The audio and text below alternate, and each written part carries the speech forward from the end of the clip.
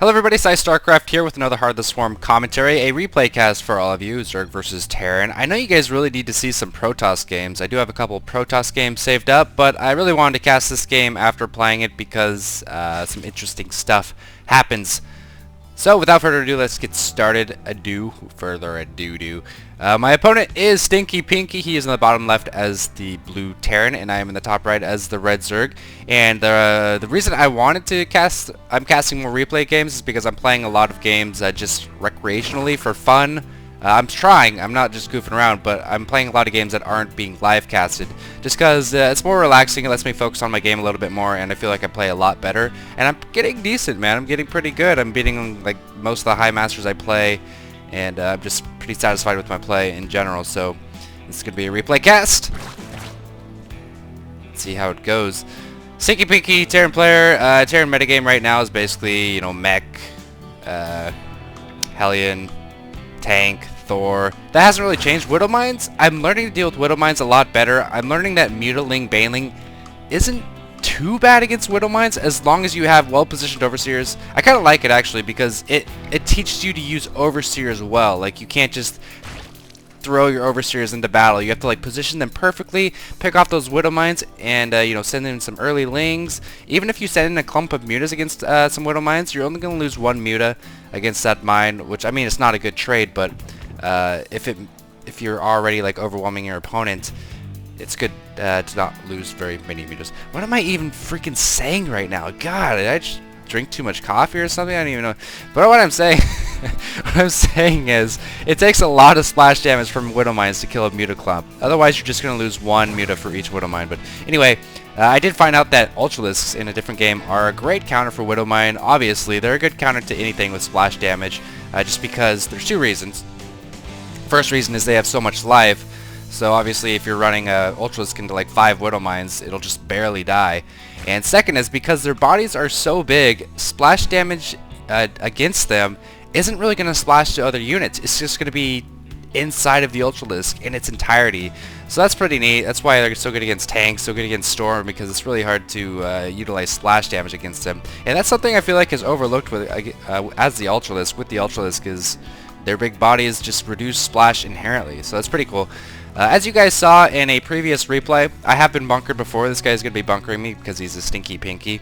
And last time I responded by not pulling any drones. This time I'm going to pull 2 drones pretty fast. I saw the SCV and I was ready for it. So I'm going to push that SCV back. It's only got 15 life, bunkers up to 220 health. But he does have a fairly fast Reaper on the way. He got that gas immediately after his barracks, and so he could get this Reaper, and he's actually going to kill a drone. I tried to get that geyser up, but I didn't quite make it in time, and that's really the strategy you want to use against Reapers like this, is use drones to build extractors when they're weak. After canceling them, you actually only lose 6 minerals, as opposed to losing, of course, a larva from the drone, and 50 minerals from the drone, and mining time from the drone. So he is going to be canceling that second bunker. I'm not sure why he tried building it in the first place. He should be expecting a queen to come out, and that queen is going to easily pick off that bunker. Is he going to get that Reaper in there? Yes, he is, as well as another Reaper. Oh, he's got 2 Reapers in the bunker. Now remember, Reapers no longer do bonus damage to buildings and no longer do bonus damage to light units. So this is just like an annoying contain more than anything else. And he is going to be shooting away at the extractor. They still do a decent amount. You can see they fire pretty fast. This queen's going down at a pretty fast rate.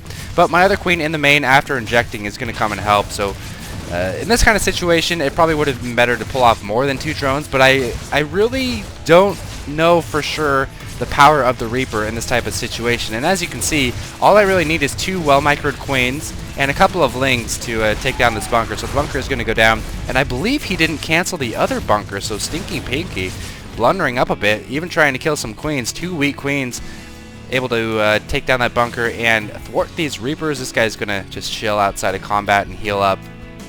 But I mean, not the greatest defense, but it could have been worse, that's for sure. The good thing is, I only produced 4 lings total. I didn't overproduce lings and panic or anything like that. So that's good. That's good. And he is going to try to finish off this queen. Is it going to happen? Oh, this is a close fight!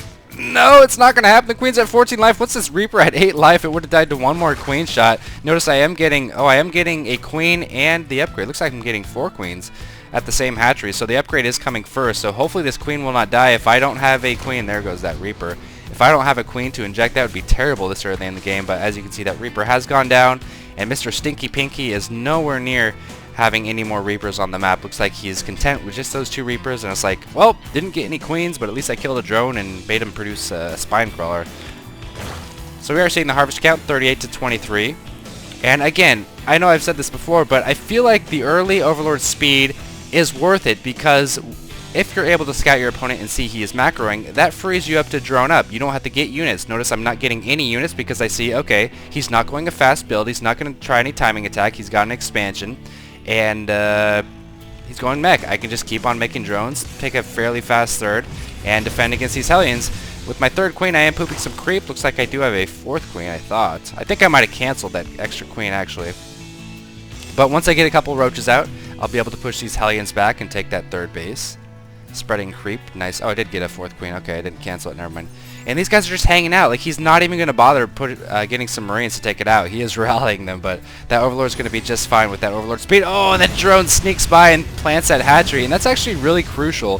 Sometimes you really want that hatchery to go down before you get the roaches. And as you can see, even 4 Hellions, which is a pretty standard amount of Hellions at this point in the game, can't take down the hatchery. So instead of having to wait for these 6 roaches, which are almost about to come out, and still have to walk all the way over here, I'm able to get that hatch down. So never a bad idea to push out the Hellions or whatever's stopping you from taking your 3rd as a Zerg, because it's pretty important to get that as soon as you can.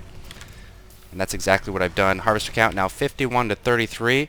Going to continue to scout with these Overlords. This guy's just kind of hanging out, and it's really funny, like the mindset, how the mindset has changed so much with early Zerg scouting. It's like, oh, Overlord must kill it, no. But now if you have Overlord speed, it's like, oh, well, there's an Overlord, not really much I can do about that. He's just going to scout everything and whatever.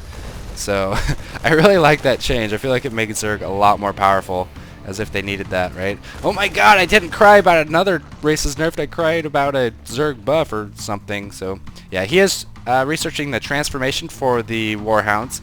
So how does that even work? Okay, so you can build normal Hellions. Wait, you can build them both there. Oh, so you can pick one or the other. You can either build Hellbats or Hellions from factories. But if you get the transformation thing, it doesn't matter which one you build, because you can always transfer them. What's it called? Transform them. What's that word? Transform? So I understand how Hellions and Hellbats work now. Aren't you guys proud of me? 69 to 37. Again, that Overlord scouting just allowing me to build so many Overlords, because I see that he's got so much mech. Now, because he has this much mech, I feel like roaches are going to be a good answer. Now, 3-base mech, you really want to get away from roaches. It's just going to be too much production of mech, and it's going to be too big of an army. But 2-base mech, I really feel like roaches are an awesome answer to this. Now, I do have Overlords covering both of these bases. I just scouted him, and I didn't see a command center. Very unusual to not see a command center at this point in the game. So right now I'm thinking, alright, this guy's going to be all-inning me. He's going to try some kind of timing attack. Hence the 3 Spine Crawlers, partially for the Hellions, partially just in case there's an all-in Spire on the way. And I'm going to want to start producing roaches pretty fast here. If we look at the Army tab, what is the Army tab anyway? Army Supply. No, I don't want Army Supply. I guess that's fine. No, I want Army tab. Units? Units is fine. I don't like that. Active Forces. There we go. Active Forces. He's got about twice as much as me. That's just because I've been macroing up. You can see 13 Mutas on the way. Muta's pretty good against mech. Again, he doesn't have any Widow Mines. Widow Mines are really good against Mutas.